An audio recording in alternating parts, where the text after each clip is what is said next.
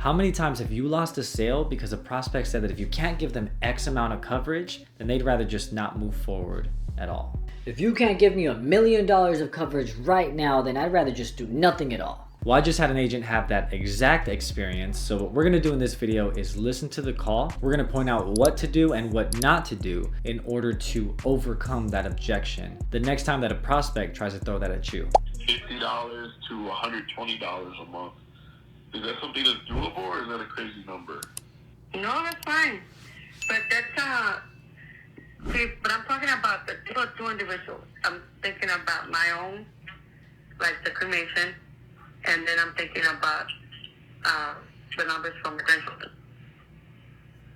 What was the second one you said? The one that I want to do for my grandchildren. Oh, you want to do a policy for your grandchildren? Well, yeah, that's the whole idea about life insurance. Getting my own life insurance for when I pass. But I also want to do something for my grandchildren. So, how does that? That's why I was thinking like. All right, I'm gonna stop it there for a second. So, I think we already kind of are seeing what happened within those first few seconds. So he just gave quotes for whatever carrier he quoted her. And after giving the quote, or no, actually, I'm sorry, he didn't. He's about to give quotes. He was like ready to give her quotes, and then she says, "Oh, and what about the one for my grandkids or something like that?" And he goes, "Oh, you wanted a policy for your grandkids?"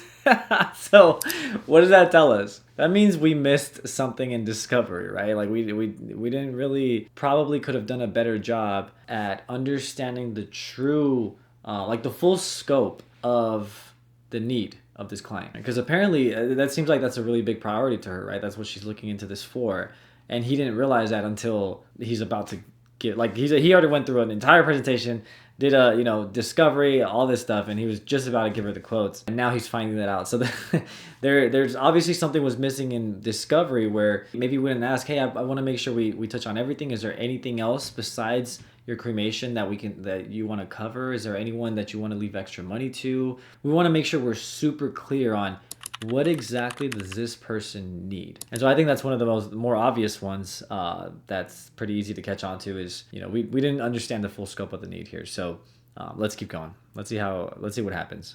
With the numbers. Okay. Have you done that? Because I haven't received nothing. Here, no, I was trying to get everything together with this. I think he's trying to figure stuff out here. He did text me asking for some help while I was in the middle of something. That's probably what he's doing with the silence. It was $250 for my grandchildren, and I had $15,000 for my own cremation. Right. Okay. So then, yeah, you know what? I think I could get something together. Let me make sure that I'm doing this. Let me send you this link first through the email. Mhm. And then that way I can go ahead and get everything together for you on here. Okay, email is sent. Now, here, let me see. What I'll do first is I'll build your framework for your own, like for the cremation and everything first. And then Okay, I got it. Okay, I got it, yeah. So, were you able to open it up? So the clients that we serve, at least us specifically, we are in the final expense market, at least for the most part. The final expense market is a very specific or particular demographic in the way that, we're serving an older market. That's all I can really say. It's 50 to 80 years old, and being in that market, we're serving a lot of people that, sometimes they don't have the best health, right? And even if they are healthy, they're older, right? And we know what that does to insurance premium rates, right? So I usually try to, when people say, especially in this market, when people say they want some kind of big amount, $100,000, $200,000, $1 million, when they say stuff like that, instead of just saying, Okay, yes ma'am, let's see what I could do. I want to address, I want to find out, why do you feel like you need that though? Because yeah, the truth is I don't want to sell a term policy to a 65-year-old. And actually, I think this client was like 67. I don't want to sell her a term. If it turns out that it's appropriate, then of course, absolutely. If they have a mortgage, it absolutely makes sense to do it. But there's other scenarios as well. But most of the times it doesn't make sense. It doesn't actually help. And especially she says that she was looking for whole life. So she says she's looking for whole life, $250,000. How realistic is that at 67 years old? And if it's even possible, I mean, how much would it cost? So it's not very realistic for most people. So instead of just, taking those orders, I'm going to ask, okay, sure. Can I ask you? I mean, I guess like why 250,000 though? Like how'd you come up with that number specifically? Right? What I want to do is I want to get them to acknowledge that number it's just an arbitrary number. It's not a real number, right? It's just they made it up. There's no actual need for that amount of money. But what we want isn't always what we need. I mean, come on, look, I want $1 billion policy. But first of all, that doesn't exist, or I don't think it does. And if it did, I don't think I could afford that. So, you know what I mean? We have to be realistic, right? And we have to be fair. So now I'm not going to, how would I address that? I'm not going to go, hey, well, that's not realistic and we need to be fair. I'm not going to tell her that, but I'm going to ask her questions to get her kind of plant the seed of doubt inside of her mind as to like why she would even want or need that in the first place. So we'll dive deeper into that, but let's keep listening to the call. Yes, I seen your picture.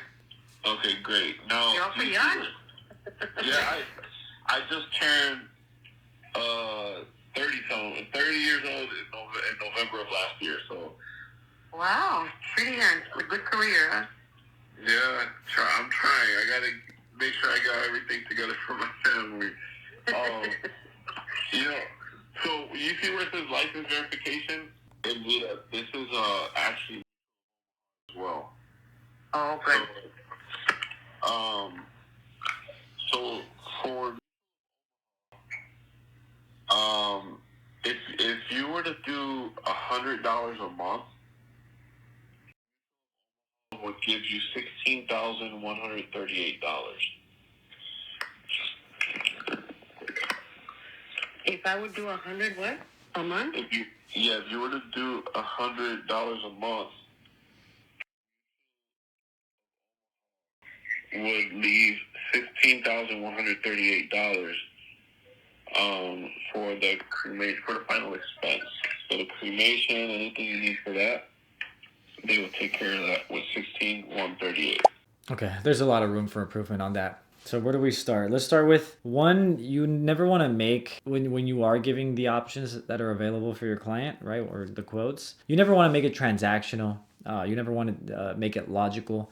I say this all the time. Life insurance, especially, is an emotional sale. So emotions have to be at an all-time high when you close. So what I mean by that, instead of going, Hey, so this one's going to give you $16,000. It's going to take care of the cremation and all of that. what you want to do is, okay, so what $16,000 is going to do is it'll leave this much money, right? So let's just say $10,000. It'll leave $7,000 to $10,000 for the cremation itself. Okay, so that way your kids don't have to come out of pocket for it. This check will be delivered to them so that they don't have to worry about that. And on top of that, they'll still get an extra $6,000 to use for XYZ, whatever it is that the client said that they would like for them to use it with. All right, so you want to load it with value. You don't want to just like, hey, here's what it is. It's you want to resell them as you're giving them the options, basically. Okay, so that's number one. Now here's and this is going to relate more to the objection that we're addressing here. He's giving the quote for the cremation thing. He never it seemed like he never really addressed the whole thing about the 250,000, or maybe he's going to get to that next. But even if that's the case, I mean, shoot, we're already at like $100 a month, and I don't know this client situation yet, but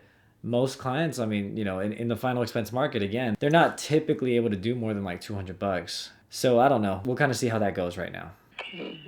That's for just the cremation, no? Correct. No. Look, and she's, by the way, she's kind of recognizing that too. Like, okay, so this is only for the one thing. Did you listen about the other thing? That's what I got from that, just listening to her say that.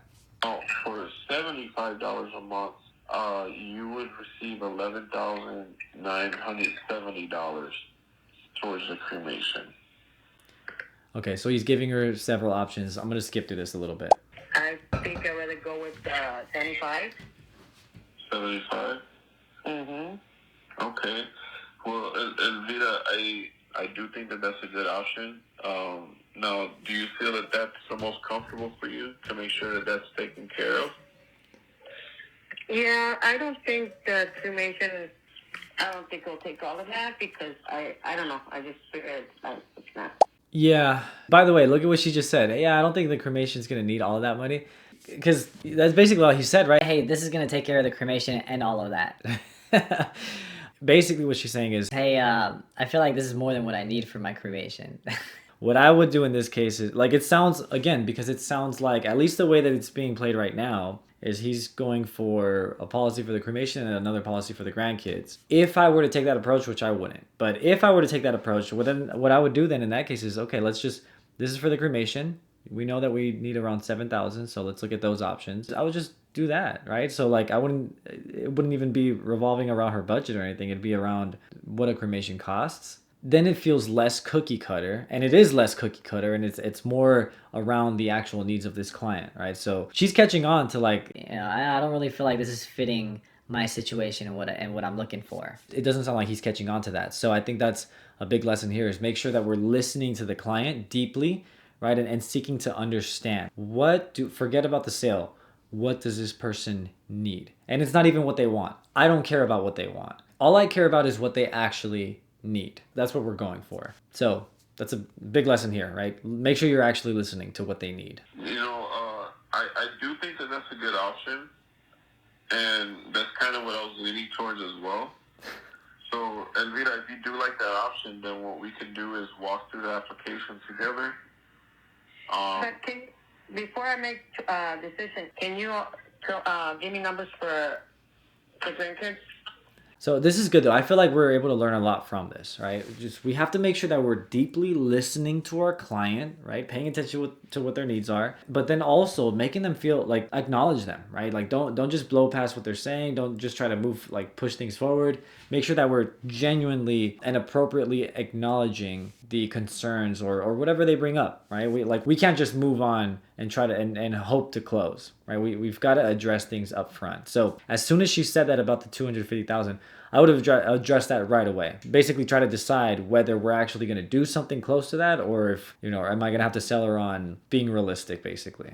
It looks like the most I could do to get you a permanent plan is $150,000.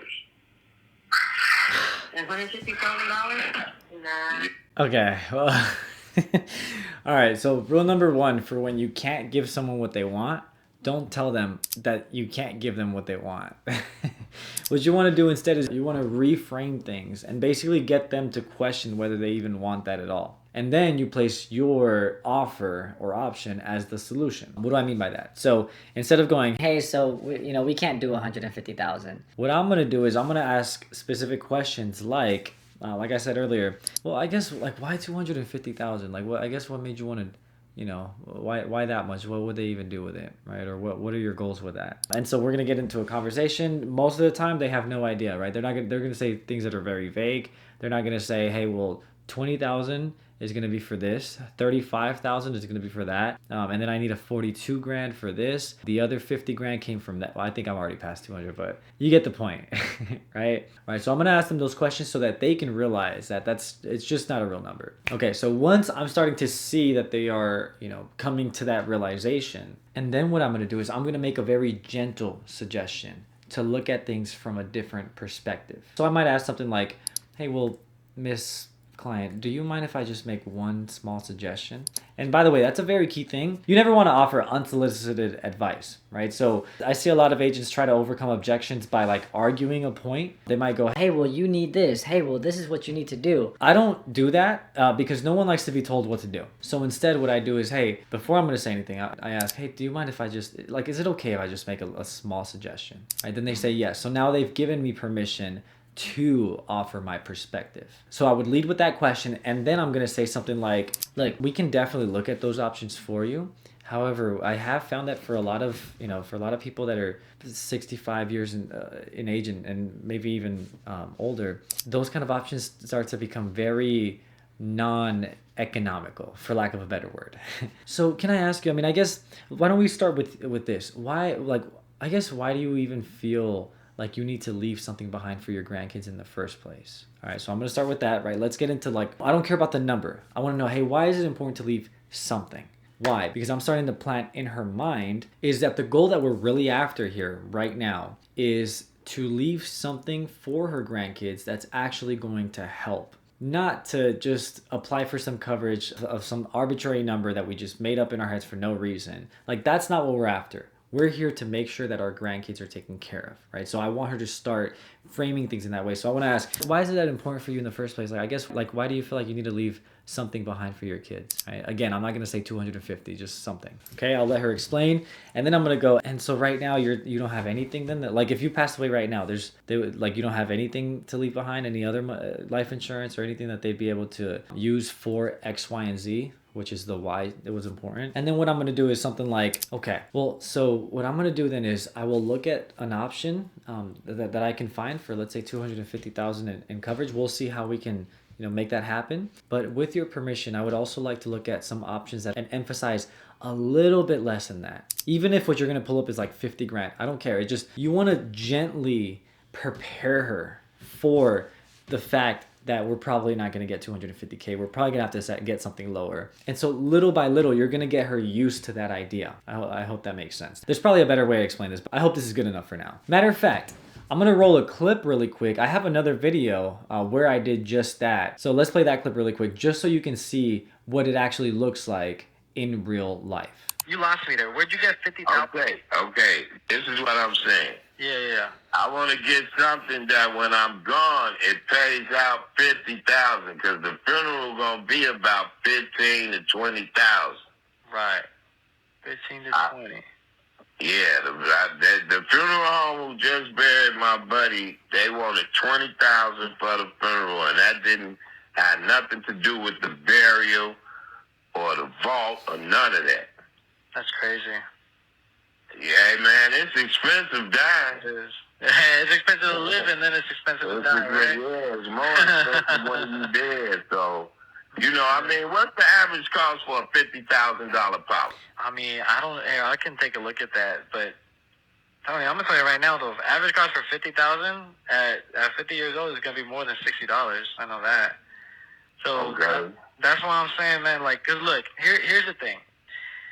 When you think about it like this, right? You're getting life insurance, you're wanting to. Right. You wanting it, and it sounds like it's because your buddy just passed away. And you don't want to put, I guess, your family, do you have kids? Is that who you're worried about? Yeah, I got 3 children, a daughter and 2 sons. They're all grown, but I don't want them to have to worry about putting me away. So you don't want them to have to pass the hat around just like your friends' family? Yeah. That too. I get that. Yeah. Okay. And so if that's the main concern now, and we know that, to bury somebody, it costs around 15 to 20 grand maybe, right? Yeah. So... when it comes to insurance, this isn't the kind of thing, to like try to make somebody rich overnight, right? This is the kind of thing that people would, if you're considering getting something, it's just to make sure your kids, so you're saying just your final expenses, right? So it's just to make sure your kids don't have to struggle. Exactly. Right? Okay. Exactly. So when that's the case, then Tony, the biggest mistake that I've seen people make is someone trying to get too much insurance, more than they actually need, because then they end up paying more than they need to be paying. And then at the end of the day, you know what happens a lot of times, Tony? It lapses. And then what happens to all that coverage? It stays with the insurance company. Exactly, and that's how they make money. They make money off the people that don't plan properly. Right. See, that's why I want to plan it properly. Exactly. Yeah. So look, if you're saying you just want to cover final expenses, then Tony, why don't we look at some options, for example, to make sure we just pay for that burial? And so if we know it's going to be 15 to 20,000, then why don't we look at something between 15, 20, maybe 25,000? Does that make sense? Yeah, it does. It does. So that is how I would address that objection, how I would address that concern.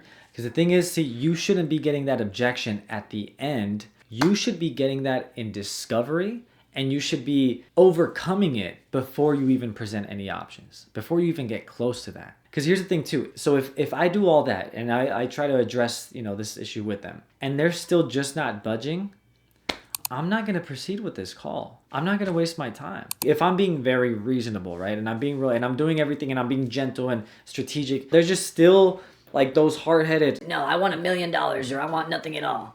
if they're that type, then I'm not going to waste my time, because at the end of the day, what that usually means is that they were just a tire kicker, right? They were just a looky-loo, a time waster. They're not actually interested in doing this for their family. What they're really interested in is making themselves feel like they're doing something for their family. They love the quote getting, and they love having the conversations without ever having to commit to a plan. Because then they get to give themselves a satisfaction at the end of the night, telling themselves, Hey, well, I tried. I tried to get my family $1 million, but I guess the world is against me. Life insurance companies are scammers, and it is what it is. There's nothing that I can do about it. Oh well. yeah, I'm not dealing with that. So I think she sounds very reasonable. I just think this client in particular, with this agent, I think she sounds very reasonable. I think if we just made those adjustments, I think this could have gone a very different way. But let's see how he tries closing it out, and then we'll wrap this video up. Nah, that's not enough. Because then what happens is you have, if we go over, then what they're going to do is they're going to put you on a term policy. So if you want a permanent plan, the most to do with mutual is 150. It would also be a lot easier for you to qualify for the permanent one as well, and then you'll never have to renew. So Selling is not telling, and he's just kind of telling her like, hey, this is why we should do this, and yeah, that's never gonna go well. Also, I noticed that he said, hey, and here's the thing, I wouldn't do this at all. Like, I would have done this completely different. But if we're this far, like, let's say somehow I got here, then I'm at least gonna keep term in my back pocket. I'm not gonna say, hey, that's a terrible option for you. Like, if for whatever reason it did turn out that like it made sense to get 250,000 and it was a realistic goal, it was reasonable, there's a specific reason for it, then I am going to go, okay, well, let's look at term options then. So I don't know why he did that with like, hey, it'd have to be term. What I would do instead, again, I wouldn't do this, but if I got this far, then I would sell her on the value of, the larger policy. Again, it just seems like where this agent lost it is, it seems like he was very problem focused as opposed to solution focused, right? He's like, I know we can't do that. The problem with this, the problem with that, as opposed to focusing on the solutions of what he could offer, if that makes sense. if I may ask, why 250,000? Way too late to ask that question. I mean, I love that he tried now, but way too late for that one. Well, it's just like they're four, and they had a hard life, so I think if I can make it a little easy for them, that's what I want to do. Wow. So he says, why 250,000? By the way, see, perfect example of what I said. Nowhere in that did she give a specific reason for that specific number, though, did she? Right? So why 250,000? And she goes, well, they're poor. They've had a hard life. What I'm thinking is I can understand that, and I can respect that a lot. I respect that she wants to leave as much as she can. Like, why that number specifically? I mean, I would probably have asked her. And so do you think that like it'd be easier on them than if like you had no coverage or if you had nothing to leave behind for them, or if maybe we can leave even like 50,000, 25,000 each? I mean, if you got a check right now for $20,000, I mean, would you throw it away? That's a cheeky question, but I'm just coming up with that, off the dome, right? But that's just kind of, again, if I got to this point, which I never would, but if I got to this point, that's probably what I would be trying to do here. Gotcha. Well, I mean, again, I know that 250 is what you're looking for, and right now, Well, actually, I was looking at the 3 even, to be honest. But 150, no, that's I'm gonna say no. I don't know if I heard it right, but I think she just said, actually, I was looking for 300. I think she was like, I think that's what she said, which, like, now we're just moving in the negative direction. Not what I want. yeah, because the only way that's going to happen in Vida is if you do a term policy. Now, the reason why they're doing that as well is because of the age and the couple things that are on the medical. But outside of that, like the best option is you would have for any approval for a permanent plan like that would be the 150,000. Yeah, no, I'm gonna pass on that. Let me just say something about just general sales. Sales, one way to define it, is the transfer of energy and belief from you as the agent to your client or to your potential client. And did you hear the conviction in that voice? And by the way, I'm not trying to like, just pick on him here. I'm hoping that, because I know he's gonna watch that. I told him, I asked him actually if I can do this, and so I'm hoping this helps, right? But there was no conviction in that in that statement that he just said, right? There's no, like, it's very low energy. Even he sounds like he's regretting to present these options to her, right? Like, it's like, Hey, I'm sorry, this is what we have. and by the way, I've been there. The first time I ever had to sell a guaranteed issue policy, I literally went, oh, man, you got declined for the first one, and so I guess because you have congestive heart failure, we're gonna have to give you this policy with this company, and the thing with them is, they're gonna put you on a 2-year waiting period, but I guess that's all we have. I sold it, by the way. I don't know how I did, but I freaking did. She signed the app, everything was good, but it was so depressing. I walked away sad. On my way out, I'm like, hey, well, sorry about that. Good luck. and walking away with the sale, by the way, with the app.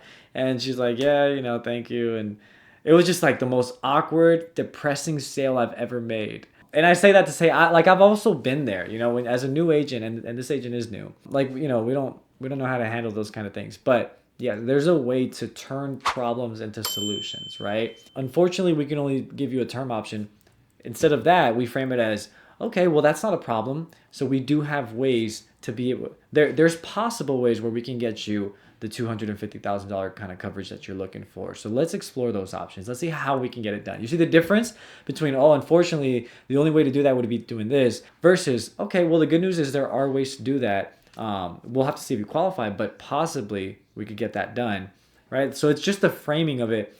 In my example, like when I was a new agent, instead of, Hey, unfortunately, it's going to be on a 2-year waiting period. the way that I would frame it today is, the good news is we can get you coverage with this company, okay? And there's a building benefit to it. So for the first couple of years, it's going to earn interest on your premiums. And then after the first 2 years, that full benefit will become available so that we can leave that coverage for your family that you so desperately need, right? You see the freaking difference, right? It's the same product, different packaging. All right, so we might wrap it up there. Let me listen just a little bit more and see if there's anything else that's worth pointing out. Yes, say no. Okay. Let me see what else I can do for you real quick. Make sure there's another carrier that I have and all that. Yeah. No. You've got to keep that confidence up too. Like, it doesn't matter what's going on. You've got to keep that same energy of when you're closing. Well, while I do that, do you want me to set up the application for your cremation one? Well, I would. And by the way, that's another good idea too, is at least getting the small app first before, like, at least getting that in the meantime. But again, it's too late for that. Like, that's something, that's a play he could have done earlier, but now it's too late. And also the way he asked, Hey, do you want me to do this at least? I mean, that's a yes or no question. You don't want to, I'm not huge on like assuming the sale. You don't want to just go, hey, well, let's do the other one. But I would at least have a little bit more tact in that. I would go, and in the meantime, the cremation itself though, you also don't have anything for that, right? So I'm going to put the focus on that. Oh, so that then what did you say would happen? Oh, this would happen if you die with no coverage. Okay, XYZ. Okay, you know what we can do in the meantime is, I think we can find a solution for this. However, we have this other solution as well for your other problem, right? Because it looks like we've got two different problems that we need to solve here. So why don't we address one at a time? That way, we don't make this super overwhelming for you. I don't know, something like that. But I mean, man, again, there's not a lot of things you can do at this point after all of this that's happened. But one thing I know is, hey, do you want me to at least do this? That's not the best way to ask. I want to hold on to that. I mean, I'm not too worried about myself. It's just my grandchildren. Those are more than anything for me. Her mind is more focused on the grandkids. That's like the more deeply rooted problem that she feels she has, as opposed to the cremation. Which, by the way, I disagree. I mean, dude, come on. If you don't have your final expenses covered, like, that's an inevitable thing that they're gonna have to pay for.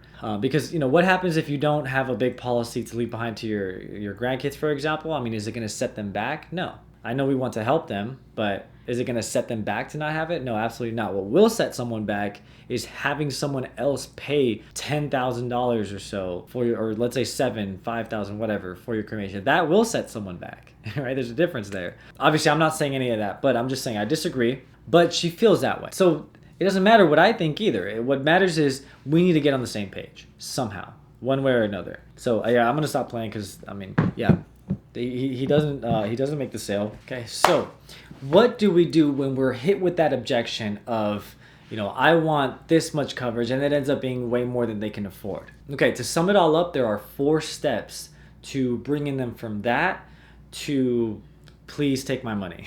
Okay, so number 1 is clarify. And by the way, that's usually the first step of everything. Maybe even acknowledge first, right? But clarify. Ask clarifying questions. Okay, so you want 250. You want $1 million. Why $1 million? I guess how did you land on that number? How did you come up with that number? Why do we need to get $1 million exactly? Why not 500,000? Why not 100,000? Why not 20 million?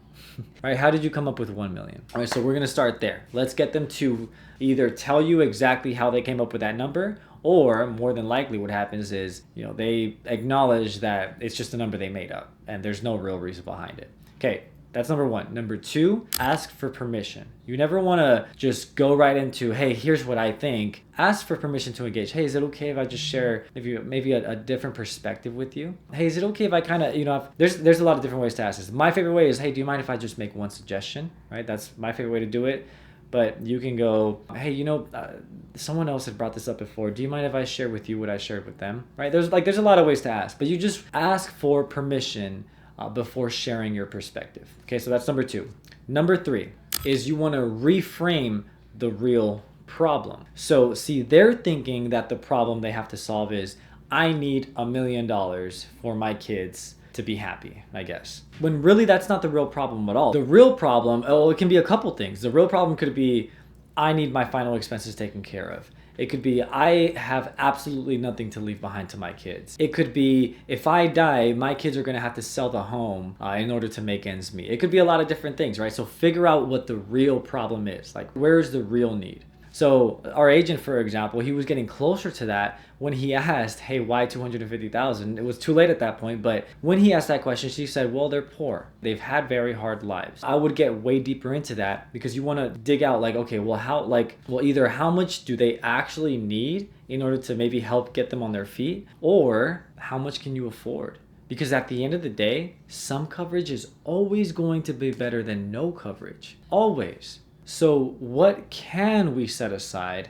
How can we get as close as possible to what it is that they need? And that is the real solution, which then leads us to step number 4, is repackaging your solution, right? So instead of going, well, I'm not gonna do this, or we can't do that, so instead I'm gonna do this, you want to repackage it, because now you know what their actual need is, you know why they feel like they need it, right? Or why they want it. You should have an idea of, you know, what they might be able to afford. You should know all of these things by now. So now you can repackage your offer as their true solution, right? So you go, okay, well, you know, it's usually not very economical for, you know, like a whole life plan for 250,000, you know, once we're 65. However, this option here that we're looking at, this would fit right in your budget. It would be able to provide your kids with $200,000 of coverage, which is super close to what we were looking for. Okay, and what that would do is it would provide all 4 of your grandkids with $50,000 to give them that boost that they need, that financial boost to get them on their feet. So that's going to cover you for 20 years. And then what we can do on top of that, a small final expense plan, let's just say $5,000, maybe $7,000. It's going to cost this much, right? It's very minimal. So that way, even after that term expires, which is, you know, way down the road, but even after that expires, then what this is going to do is make sure that for the rest of your life, whether you die now or in 100 freaking years, this is going to make sure that they never have to come out of pocket for your funeral. So that way, not only are you helping, you know, provide something for them to get them on their feet, but you also have an emergency plan to make sure that at the very least you never set them back. right? So that's one way to repackage this solution. Hey, we're not getting you 250,000. We're gonna get you 100,000, 150. We're gonna get you 50,000, whatever it is, that's realistic. And we'll also do this, which is gonna do X, Y, and Z, which you said that you also wanted, right? So that's what I mean by repackaging, right? It's just reframing. It's just basically taking their words, right? Everything that they said that they wanted in a plan, everything that they said was important, and painting a picture of how what you can offer will do exactly that, or at the very least, very close enough to that. Okay, so I have personally found following those 4 steps to be the most effective when hit with that kind of concern from a prospect. And if you follow those 4 steps and you follow them properly, you will never get stuck on that objection again.